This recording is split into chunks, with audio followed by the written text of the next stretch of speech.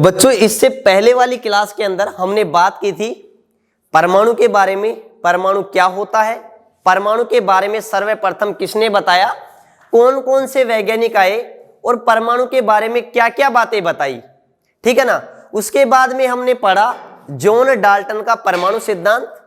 John Dalton का परमाणु सिद्धांत क्या था, और आज हम अपनी इस क्लास के अंदर बात करेंगे कि जॉन डाल्टन के परमाणु सिद्धांत के क्या तो गुण थे और क्या दोष थे, और उसके बाद में हम बात करेंगे कि जो परमाणु के जो मूल कण हैं वो कौन से हैं, उनकी खोजें किस वैज्ञानिकों ने की है, ठीक है ना।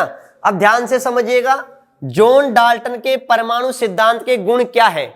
जॉन डाल्टन ने अपने परमाणु सिद्धांत से द्रव्यमान संरक्षण नियम की क्या की, सफलतापूर्वक व्याख्या की है। तो एक बात तो ये इनका गुण आ गया कि इन्होंने परमाणु या फिर मैं कहूं परमाणु के अविनाशिता की व्याख्या सफलतापूर्वक की जा सकती है, ठीक है ना। परमाणु के अविनाशिता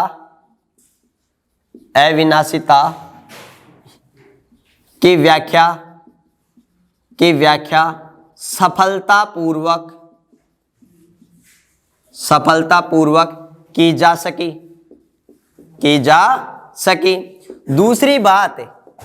दूसरी बात स्थिर अनुपात के नियम की व्याख्या भी इन्होंने क्या कर दी, सफलतापूर्वक कर दी, ठीक है ना।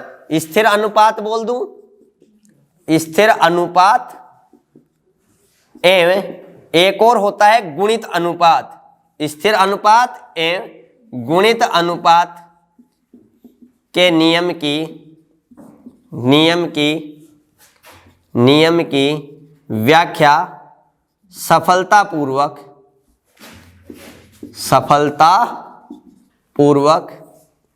की। तो ये तो क्या हो गए, जॉन डाल्टन के परमाणु सिद्धांत के क्या हो गए, गुण हो गए। साथ में इस जॉन डाल्टन के परमाणु सिद्धांत के दोष कौन कौन से हैं, जिनको जॉन डाल्टन नामक वैज्ञानिक ने नहीं समझा पाए। तो जॉन डाल्टन ये बात नहीं समझा पाए कि एक ही तत्व का जो परमाणु भार होता है उस टाइम में परमाणु भार, ठीक है ना, जिन्हें हम द्रव्यमान संख्या, हालांकि द्रव्यमान संख्या और परमाणु भार दोनों में अंतर होता है, लेकिन अपन जब पढ़ते हैं तो दोनों को एक ही बोल देते हैं, ठीक है ना। लेकिन हमें ये पता होना चाहिए दोनों क्या होते हैं, अलग अलग होते हैं। ये बात भी मैं आगे आपको बताऊंगा। तो जॉन डाल्टन ये बात नहीं समझा सके कि अलग अलग तत्वों की द्रव्यमान संख्या होती है, वह अलग अलग क्यों होती है। इस बात को जॉन डाल्टन नहीं समझा सके, या फिर मैं कहूं ये इस बात को नहीं समझा सके एक ही तत्वों की द्रव्यमान संख्या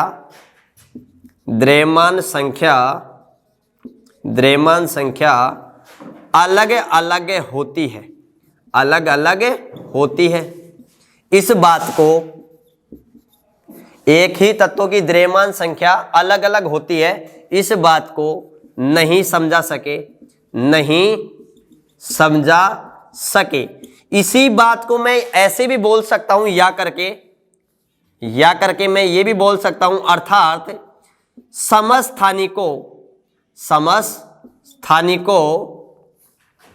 समस्थानिकों की व्याख्या नहीं कर सके। मैं ऐसे भी कह सकता हूं, देखो एक एग्जाम्पल के माध्यम से आप समझिएगा। हाइड्रोजन है, हाइड्रोजन के हमारे पास में 3 समस्थानिक होते हैं। कौन कौन सा, एक तो हमारे पास में होता है H11, दूसरा होता है H12, तीसरा होता है H13। तीनों तत्व कौन से हैं, हाइड्रोजन ही है। तीनों का परमाणु क्रमांक क्या है, एक ही है। परमाणु क्रमांक क्या है, समान है। इसका मतलब तीनों ये हाइड्रोजन ही है। लेकिन इन तीनों की जो द्रव्यमान संख्या है वो अलग अलग क्यों है। याद रखिएगा, अगर परमाणु क्रमांक समान हो और द्रव्यमान संख्या अलग अलग हो तो उसे हम कहते हैं समस्थानिक। क्या कहते हैं, समस्थानिक। देखो कोई भी तत्व है ना, उसको हम इस प्रकार से प्रदर्शित करते हैं, x के पावर में z और ऊपर क्या लिखते हैं, a। ये z है ना, z, इसको हम क्या कहते हैं, परमाणु क्रमांक। क्या कहते हैं?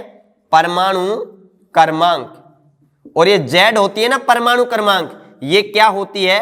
प्रोटॉन की संख्या। कोई भी हमारे पास में परमाणु है उसके अंदर प्रोटॉन की संख्या क्या कहलाती है? परमाणु क्रमांक कहलाती है। इसका मतलब ये कह सकता हूं परमाणु क्रमांक क्या होता है? प्रोटॉन की संख्या होती है। अब आपने कहा सर हाइड्रोजन के नीचे एक, हाइड्रोजन का परमाणु क्रमांक एक क्यों होता है? अरे क्योंकि हाइड्रोजन के अंदर प्रोटॉन कितना है? एक है, इसलिए हाइड्रोजन का परमाणु क्रमांक कितना होता है? एक। और तत्व के ये x क्या है? x मान लिया कोई तत्व का क्या है? प्रतीक है। क्या है? प्रतीक है। a क्या है? a है बच्चों द्रव्यमान संख्या। क्या है? द्रव्यमान संख्या। और ये द्रव्यमान संख्या होती है प्रोटॉन की संख्या प्लस न्यूट्रॉन की संख्या का योग। क्या कहलाती है? द्रव्यमान संख्या।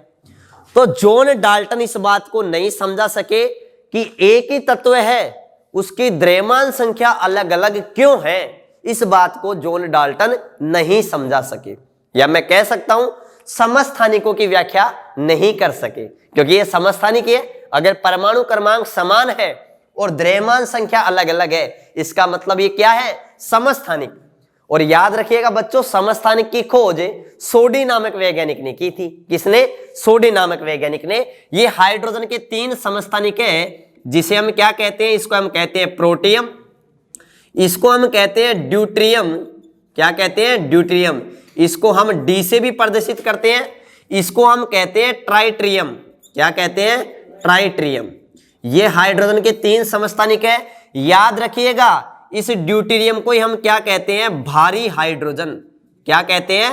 भारी हाइड्रोजन। तभी तो आपने सुना होगा कि जल, साधारण जल का सूत्र क्या है? H2O, जबकि भारी जल का सूत्र क्या है? D2O। क्यों? यहां पर जो D है ना ये भारी है, हाइड्रोजन कैसी है? भारी। तो आपको याद रखना हैवी हाइड्रोजन या भारी हाइड्रोजन का सूत्र क्या है? H12। परमाणु क्रमांक 1, द्रव्यमान संख्या 2।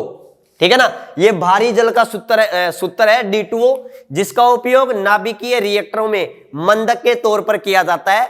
भारत में इसका स्थान जो निर्माण है वो महाराष्ट्र के अंदर एक स्थान है, रिएक्टर है, जिसका नाम है ट्राम्बे। वहां ट्राम्बे में क्या किया जाता है? इसका निर्माण किया जाता है। ठीक है ना? ये बात आप अच्छे से ध्यान रखना। ठीक है ना? तो ये क्लियर हो गई। तो इसका एक दोस्त हो गया कि एक ही तत्वों की द्रव्यमान संख्या अलग अलग होती है, मतलब समस्थानिकों की व्याख्या नहीं कर सके। और क्या नहीं समझा सके जॉन डाल्टन? ध्यान से देखिएगा कौन कौन सी बातों को नहीं समझा सके। जॉन डाल्टन इस बात को भी नहीं समझा सके कि परमाणु संयोग क्यों करते हैं। परमाणु संयोग क्यों करते हैं? क्यों करते हैं? क्यों करते हैं? इस बात को जॉन डाल्टन नहीं समझा सके कि परमाणु आपस में मिलते क्यों हैं, आपस में मिलकर के यौगिक क्यों बनाते हैं, अणु क्यों बनाते हैं। इस बात को एक्सप्लेन नहीं कर पाए। कौन? John Dalton. और क्या बात नहीं समझा सके?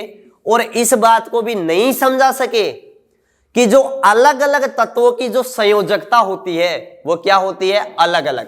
ध्यान से समझिएगा, अलग अलग तत्वों की संयोजकता, बैलेंसी, संयोजकता अलग अलग क्यों होती है? क्यों होती है?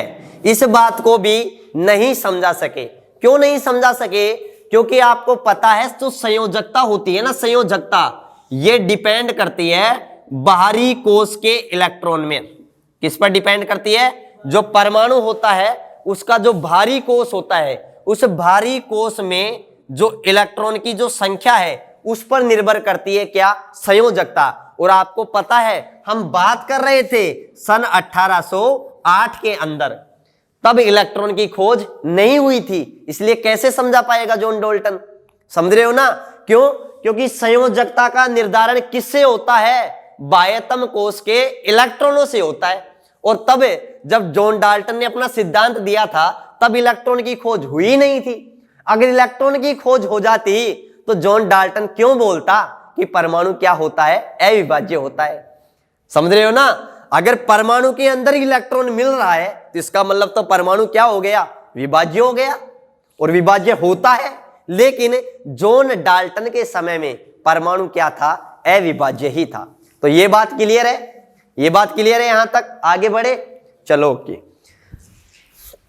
अब देखिएगा, अब बात करते हैं हम परमाणु के मूल कणों के बारे में। परमाणु के मूल कणों के बारे में, जो परमाणु के मूल कण होते हैं, फंडामेंटल पार्टिकल होते हैं, वो कितने होते हैं? मुख्य रूप से वो 3 होते हैं। याद रखिएगा, परमाणु के जो मूल कण होते हैं वो कितने होते हैं? 3 होते हैं। कौन कौन से? इलेक्ट्रॉन, प्रोटॉन और न्यूट्रॉन। अच्छे से समझिएगा, एक एक बात को ध्यान से समझिएगा।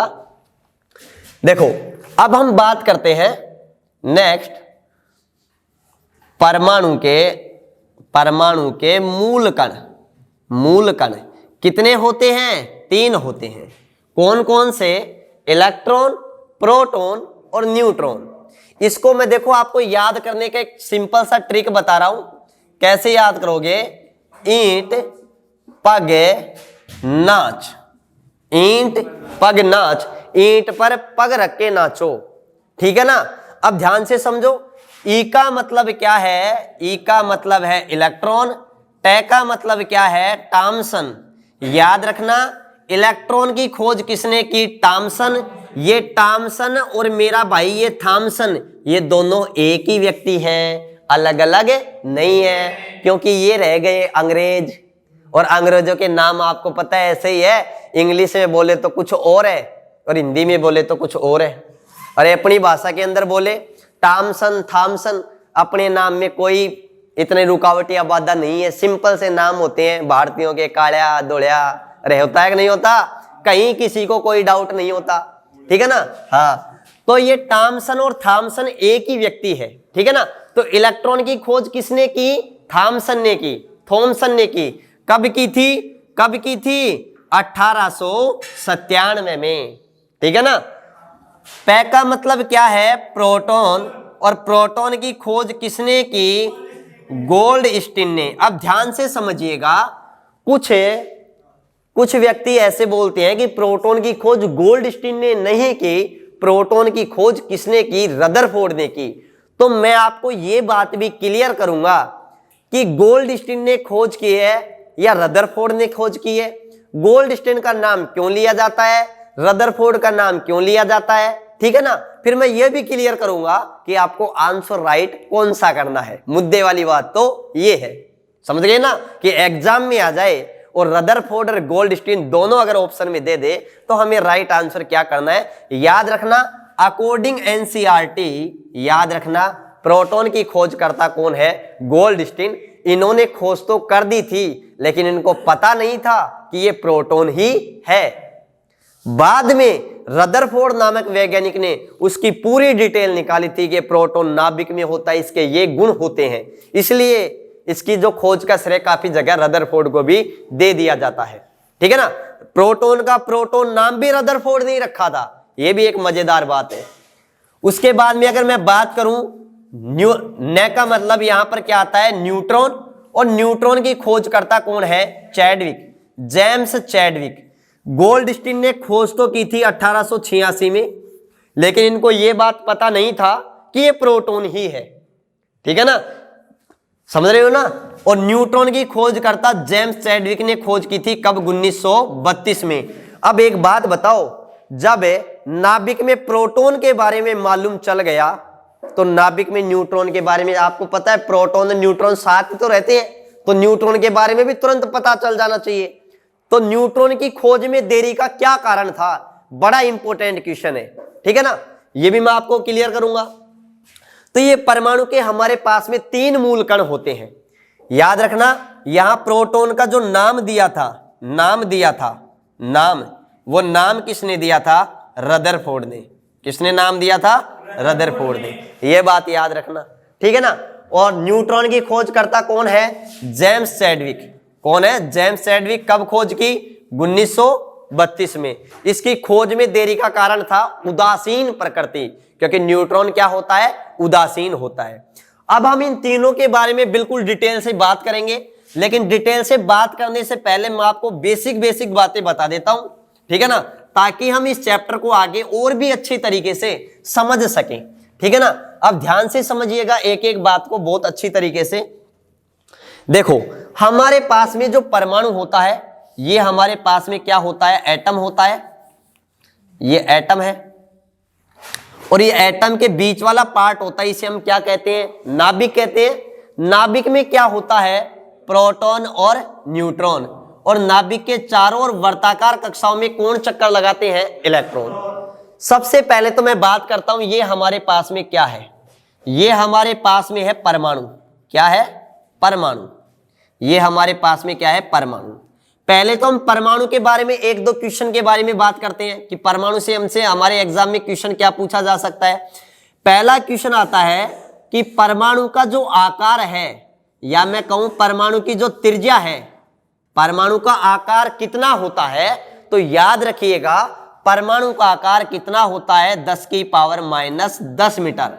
और याद रखिएगा मैंने आपको क्लियर भी किया था और बताया भी था कि 10⁻⁻10 मीटर को हम क्या कहते हैं, एक एंगस्ट्रॉम। क्या कहते हैं, एक एंगस्ट्रॉम। तो याद रखिएगा मैं ये भी तो बात बोल सकता हूं ना कि जो परमाणु होता है उसका आकार एक एंगस्ट्रॉम होता है। बोलो, बोल सकता हूं। दूसरी बात, आपको पता है 1 मीटर के अंदर कितने सेंटीमीटर होते हैं, 100 सेंटीमीटर होते हैं। 100 का मतलब क्या हो गया, 10⁻2। तो बोलो मैं अगर इसको सेंटीमीटर में चेंज करूंगा तो मैं इसको 10⁻2 से क्या करूंगा, मल्टीप्लाई करूंगा। तो बोलो 10⁻−10 है और 10⁻+2 है, तो हमारे पास में 10⁻−8 क्या बच जाएगी, सेंटीमीटर। तो जरूरी थोड़ी है हमने मीटर में आंसर याद किए और एग्जाम के ऑप्शन में मीटर में ही आंसर हो, सेंटीमीटर में भी तो हो सकते हैं ना। तो याद रखिएगा परमाणु का आकार पूछा जाए तो क्लियर होना चाहिए कि 10⁻−10 मीटर, सेंटीमीटर में बोले तो 10⁻−8 सेंटीमीटर, या फिर हम बोल सकते हैं एक एंगस्ट्रॉम। क्या बोल सकते हैं, एक एंगस्ट्रॉम। ठीक है ना, ये बात क्लियर। दूसरी बात, परमाणु होता है ना, उसकी जो प्रकृति होती है वो प्रकृति कैसी होती है, उदासीन। याद रखिएगा परमाणु के अंदर जितना धनावेश होता है उतना ही क्या होता है, ऋणावेश होता है। इसलिए परमाणु ओवरऑल क्या होता है, न्यूट्रल होता है, उदासीन होता है। क्यों होता है, क्योंकि देखो न्यूट्रॉन तो क्या है, वैसे ही न्यूट्रॉन पर कोई आवेश नहीं होता, न्यूट्रॉन तो वैसे ही अनावेशित कण है, कोई आवेश नहीं होता, उदासीन है। आवेश किस पर होता है, प्रोटॉन पर और इलेक्ट्रॉन पर। तो इलेक्ट्रॉन पर जितना नेगेटिव चार्ज होता है प्रोटॉन पर उतना ही पॉजिटिव चार्ज होता है। तो जितना पॉजिटिव चार्ज है उतना ही नेगेटिव चार्ज है, एक दूसरे को क्या कर देंगे, कैंसिल कर देंगे। तो ओवरऑल हमारे पास में नेचर आएगी वो कैसी आएगी, उदासीन आएगी। तो ये बात क्लियर रखना कि जो परमाणु होता है उसकी प्रकृति कैसी होती है। अगर परमाणु की प्रकृति आपसे पूछा जाए तो क्या बात बताओगे, उदासीन होती है। और परमाणु उदासीन होता है, परमाणु उदासीन होता है, यह बात सर्वप्रथम किसने बताई थी, जे थॉमसन ने। सर्वप्रथम जे थॉमसन ने बताया। क्या बताया, कि परमाणु क्या होता है, उदासीन होता है। यह बात क्लियर। अब देखिएगा ये हमारे पास में इलेक्ट्रॉन होते हैं ना, इलेक्ट्रॉन ये नाभिक के चारों ओर, इलेक्ट्रॉन नाभिक के चारों ओर वर्ताकार कक्षाओं में क्या लगाते हैं, चक्कर लगाते हैं। क्या लगाते हैं, चक्कर लगाते हैं। तो ई का मतलब यहां हमारे पास में क्या हो गया, इलेक्ट्रॉन। और याद रखिएगा इलेक्ट्रॉन की जो खोज करता है, इलेक्ट्रॉन की जो खोज की है वो किसने की है, जे थॉमसन ने। किसने खोज की है, जे थॉमसन ने। कब की है, सन 1897 में। याद रखिएगा इलेक्ट्रॉन की खोज किसने की, जे थॉमसन ने। कब की, 1897 में। और इलेक्ट्रॉन नाम दिया है ना, इलेक्ट्रॉन नाम किसने दिया है, स्टोनी ने। किसने दिया है, स्टोनी ने। और इलेक्ट्रॉन की खोज जिन किरणों से हुई है उन किरणों का नाम क्या है। आपसे क्वेश्चन पूछा जाए इलेक्ट्रॉन की खोज जिन किरणों से हुई है उन किरणों की खोज किसने की, सॉरी कौन सी किरणों से की है, तो याद रखिएगा कैथोड किरणों से। कौन सी किरणों से की है, कैथोड किरणों से। याद रखिएगा 3-4 क्वेश्चन आ गए हैं अभी तक हमारे पास में। परमाणु का आकार क्या होता है? 10⁻⁻10 मीटर, सेंटीमीटर में बोले तो 10⁻⁻8 सेंटीमीटर या 1 एंगस्ट्रॉम। क्लियर? परमाणु की प्रकृति कैसी होती है? उदासीन। किसने बताया सर्वप्रथम? जे थॉमसन ने। नाभिक के चारों ओर कौन से कण चक्कर लगाते हैं? इलेक्ट्रॉन। इलेक्ट्रॉन की खोज किसने की? जे थॉमसन ने। कब की? 1897 में की। अच्छा, इलेक्ट्रॉन नाम किसने दिया? स्टोनी ने। इलेक्ट्रॉन की खोज जिन किरणों से हुई है उन किरणों का नाम क्या है? कैथोड किरण। क्या है? कैथोड किरण। और कैथोड किरणों की खोज का श्रेय विलियम कुक्स को दिया जाता है। किसको दिया जाता है? विलियम कुक्स को। यह बात हम अलग से जब इलेक्ट्रॉन पढ़ेंगे तब मैं क्लियर करूंगा। और देखिएगा, ये जो इलेक्ट्रॉन होता है, इलेक्ट्रॉन की जो प्रकृति होती है ना, प्रकृति, चाहे मैं बात करूं इलेक्ट्रॉन की, चाहे मैं बात करूं कैथोड किरण की, कैथोड किरण की, कैथोड किरण की प्रकृति, तो याद रखिएगा इलेक्ट्रॉन या कैथोड किरण की जो प्रकृति होती है वो कैसी होती है? ऋणावेशित होती है। क्यों? इलेक्ट्रॉन कैसा कण है? ऋणावेशित कण है। कैसा कण है? ऋणावेशित। ठीक है ना? तो प्रकृति का मतलब ये बताना है उस पर आवेश कैसा है। आवेश नहीं है, उदासीन। अरे है कि नहीं है? उदासीन। देखो, उदासीन और आवेश रहित, इन दोनों शब्दों में भी अंतर है जो मैं आगे क्लियर करूंगा आपको। ठीक है ना? तो इलेक्ट्रॉन और कैथोड किरण की प्रकृति कैसी होती है? ऋणावेशित होती है। और याद रखना, इलेक्ट्रॉन पर आवेश जो होता है वो कितना होता है? इलेक्ट्रॉन पर आवेश होता है -1.6 × 10⁻⁻19 कूलाम। याद रखिएगा, इलेक्ट्रॉन पर आवेश कैसा होता है? नेगेटिव। रटने की जरूरत नहीं है, ऑप्शन 4 बना देगा, गुमराह हो जाओगे। तो याद रखना, इलेक्ट्रॉन कैसा होता है? ऋणावेशित, नेगेटिव होता है। यहां पर भी नेगेटिव और यहां पर भी नेगेटिव। बोलो क्लियर है कि नहीं है? तो दोनों जगह क्या आएगा? नेगेटिव। तो इलेक्ट्रॉन पर आवेश कितना होता है? -1.6 × 10⁻⁻19 कूलाम होता है। इस इलेक्ट्रॉन पर आवेश का मापन किसने किया? मापन किसने किया? तो याद रखिएगा, मापन किसने किया? मिलीकन ने। किसने किया? मिलीकन ने। और मापन किससे किया? मापन किससे किया? तेल बूंद प्रयोग से। इसके लिए मिलीकन ने एक बहुत फेमस प्रयोग किया था। मिलीकन एक अमेरिकी वैज्ञानिक है जिन्होंने इलेक्ट्रॉन पर आवेश का मापन किया था, और इस आवेश को मापन करने के लिए इन्होंने एक एक्सपेरिमेंट किया था, उसका नाम है तेल बूंद प्रयोग। तो यहां से क्वेश्चन आता है, इलेक्ट्रॉन पर आवेश का मापन किसने किया? मिलीकन ने। क्लियर? किस प्रयोग से किया? तेल बूंद प्रयोग से।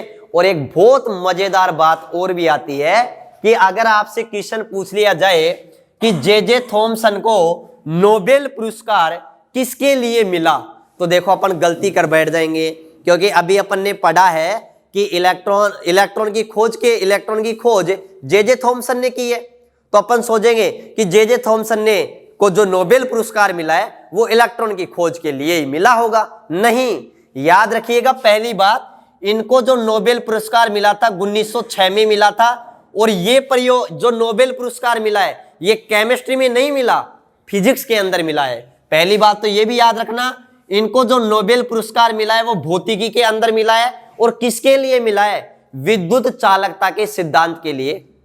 या इन्होंने बताया था गैसों के आयनीकरण और इनके अंदर जो विद्युत चालकता होती है, प्रवाह होता है, वो किसके कारण होता है? आपको पता है, इलेक्ट्रॉनों के कारण होता है। तो याद रखिएगा, जे थॉमसन को नोबेल पुरस्कार रसायन के क्षेत्र में नहीं मिला, भौतिकी के क्षेत्र में मिला है। दूसरी बात, इलेक्ट्रॉन की खोज के लिए नहीं मिला, विद्युत चालकता के सिद्धांत के ऊपर मिला है। ठीक है ना? ये बात क्लियर रखिएगा। उसके बाद में हम बात करते हैं परमाणु का जो बीच का पार्ट होता है, जिसे हम क्या कहते हैं? नाभिक कहते हैं। नाभिक कहते हैं। याद रखिएगा, इस नाभिक की खोज किसने की? खोज किसने की? रदरफोर्ड ने। याद रखिएगा, नाभिक की खोज किसने की? रदरफोर्ड ने। और रदरफोर्ड ने इसके लिए एक प्रयोग किया था जिस प्रयोग का नाम है एल्फा कण परिकीर्णन प्रयोग। एल्फा कण परिकीर्णन प्रयोग। ये बात भी आप अच्छे से ध्यान रखिएगा कि नाभिक की खोज रदरफोर्ड ने की, कौन से प्रयोग से की? अल्फा कण प्रकीर्णन प्रयोग से। और याद रखना अल्फा कण प्रकीर्णन प्रयोग के अंदर रदरफोर्ड ने किस धातु की पन्नी काम में ली थी? सोने की पन्नी काम में ली थी। और सोने की पन्नी पर किसकी बौछार कराई थी? अल्फा कणों की बौछार करवाई थी। ठीक है ना, याद रखिएगा नाभिक की खोज रदरफोर्ड ने की, किस प्रयोग से की? अल्फा कण प्रकीर्णन प्रयोग से की। और याद रखिएगा जो नाभिक होता है, इस नाभिक का अवयव कौन से होते हैं? नाभिक के अवयव कौन से होते हैं? तो याद रखिएगा बच्चों, नाभिक के दो अवयव होते हैं, प्रोटॉन प्लस न्यूट्रॉन। और याद रखिएगा प्रोटॉन और न्यूट्रॉन को सम्मिलित रूप से हम क्या कहते हैं? न्यूक्लियॉन कहते हैं। क्या कहते हैं? न्यूक्लियॉन। याद रखिएगा न्यूक्लियॉन किसे कहते हैं? प्रोटॉन और न्यूट्रॉन के सम्मिलित रूप से, प्रोटॉन और न्यूट्रॉन को सम्मिलित रूप से हम क्या कहते हैं? न्यूक्लियॉन कहते हैं। क्लियर है बात? दूसरी बात, नाभिक पर जो आवेश होता है, नाभिक पर क्या होता है? आवेश होता है। बच्चों ये बताइए ये आवेश कैसा होता है, या मैं कहूं नाभिक की प्रकृति कैसी होती है? तो याद रखिएगा नाभिक की प्रकृति कैसी होती है? धनावेशित होती है, पॉजिटिव होती है। क्यों होती है? क्योंकि नाभिक के अंदर दो चीजें हैं, एक तो प्रोटॉन धनावेशित होता है, और न्यूट्रॉन क्या होता है? उदासीन होता है, न्यूट्रॉन पर कोई आवेश नहीं होता। तो याद रखिएगा जो नाभिक पर जो ओवरऑल आवेश होता है वो कैसा होता है? पॉजिटिव ही होता है। तो आपसे क्वेश्चन पूछा जाए नाभिक पर आवेश कैसा होता है, तो क्या बात बताओगे? धनावेश होता है, पॉजिटिव होता है। किसके कारण होता है? तो क्या बात बताओगे? प्रोटॉन के कारण होता है।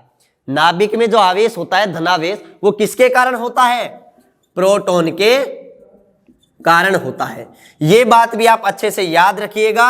और नाभिक के अंदर एक और इंपॉर्टेंट बात आती है कि नाभिक के अंदर जो प्रोटॉन और न्यूट्रॉन, ये न्यूक्लियॉन है ना, ये न्यूक्लियॉन जिस बल द्वारा बंधे होते हैं उस बल को अपन क्या कहते हैं? परबल नाभिकीय बल। क्या कहते हैं? परबल नाभिकीय बलों द्वारा क्या होते हैं? बंधे होते हैं। याद रखिएगा नाभिक में प्रोटॉन और न्यूट्रॉन जिस बल द्वारा बंधे होते हैं उसे परबल नाभिकीय बल कहते हैं। और परबल नाभिकीय बल प्रकृति के सबसे मजबूत और ताकतवर बल है, जिसकी खोज युकावा नामक वैज्ञानिक ने की थी। किसने की थी? युकावा नामक वैज्ञानिक ने की थी। और नाभिकीय बलों के लिए कौन सा कण उत्तरदायी है? इस बात की भी याद रखना, मेसोन कण उत्तरदायी है। कौन सा कण उत्तरदायी है? मेसोन कण। तो नाभिकीय बलों के बारे में क्या बात रखोगे? प्रकृति का सबसे प्रबल बल है नाभिकीय बल। नाभिकीय बल कहां लगता है? नाभिक में। किसके बीच? प्रोटॉन न्यूट्रॉन प्रोटॉन के बीच। नाभिकीय बलों के लिए कौन सा कण उत्तरदायी है? तो क्या बात बताओगे? मेसोन कण। नाभिकीय बलों की खोज किसने की? युकावा ने की। नाभिक पर आवेश होता है धनावेशित, किसके कारण होता है? प्रोटॉन के कारण होता है। क्लियर? नाभिक की खोज किसने की? रदरफोर्ड ने। कौन से प्रयोग से की? अल्फा कण प्रकीर्णन प्रयोग से की। अल्फा कण प्रकीर्णन प्रयोग में रदरफोर्ड ने किस धातु की पन्नी काम में ली? सोने की पन्नी काम में ली। देखो एक एक छोटे छोटे क्वेश्चन मैं आपके सामने निकाल के रख रहा हूं, ठीक है ना। और याद रखना जो रदरफोर्ड है, रदरफोर्ड ने नाभिक की खोज की, नाभिक का नाम दिया, इसलिए नाभिक के क्षेत्र में बहुत ज्यादा वर्क किया है रदरफोर्ड ने। इसलिए याद रखना रदरफोर्ड को नाभिकीय भौतिकी का क्या कहा जाता है? जनक कहा जाता है। नाभिकीय भौतिकी का क्या कहा जाता है? जनक। किसे कहा जाता है? रदरफोर्ड को ही कहा जाता है। इस बात की भी आप अच्छे से क्या रखना? ध्यान रखना, ठीक है ना। तो यहां तक ये बात। उसके बाद में एक लास्ट पॉइंट है कि नाभिक का जो आकार है ना, आकार वो कितना होता है? 10⁻⁻15 मीटर। 10⁻⁻15 मीटर। याद रखना सेंटीमीटर में बोले तो 10⁻⁻13 सेंटीमीटर। कम हो जाएगा। तो नाभिक का आकार कितना होता है? 10⁻⁻15 मीटर। सेंटीमीटर में बोले तो 10⁻⁻13 सेंटीमीटर। और याद रखना 10⁻⁻15 मीटर को ही अपन क्या बोलते हैं? एक फेमटोमीटर। क्या कहते हैं? एक फेमटोमीटर। और इसको ही शॉर्टकट में क्या कहते हैं, फर्मी। तो याद रखना, आप शॉर्टकट में ये भी बता सकते हो नाभिक का आकार कितना होता है, 10 की पावर -15 मीटर। सेंटीमीटर में बोले तो 10 की पावर -13 सेंटीमीटर, और वैसे बोले तो 1 फर्मी। बोलो यहां तक क्लियर है ना आपके अच्छे से बात? यहां तक अगर कोई भी प्रॉब्लम आपको नहीं होनी चाहिए। देखो ये हमने एक बेसिक रूपरेखा पढ़ी है। अब हमें पता लग गया कि परमाणु गोलाकार होता है, उसका आकार क्या होता है, क्या उसकी प्रकृति होती है, परमाणु में जो 3 मूल कण हैं, इलेक्ट्रॉन, प्रोटॉन, न्यूट्रॉन, वो किस प्रकार से व्यवस्थित है। जो प्रोटॉन और न्यूट्रॉन है वो नाभिक में होते हैं, इलेक्ट्रॉन नाभिक के चारों ओर वर्ताकार कक्षाओं में क्या लगाते हैं, चक्कर लगाते हैं। तो इन सभी बातों के अंदर हमने ध्यान से एक एक बात हमने क्लियर की है, ठीक है ना। प्रोटॉन के बारे में, इलेक्ट्रॉन के बारे में, न्यूट्रॉन के बारे में हम अलग से और भी बेहद डिटेल से बात करने वाले हैं। अगर आपको क्लास पसंद आई है, ज्यादा से ज्यादा लाइक करें, शेयर करें, चैनल को सब्सक्राइब करना बिल्कुल ना भूलें और बेल आइकन जरूर दबा लें, ताकि जैसे ही क्लास आए आपको तुरंत नोटिफिकेशन मिल जाए। जय हिंद, जय भारत।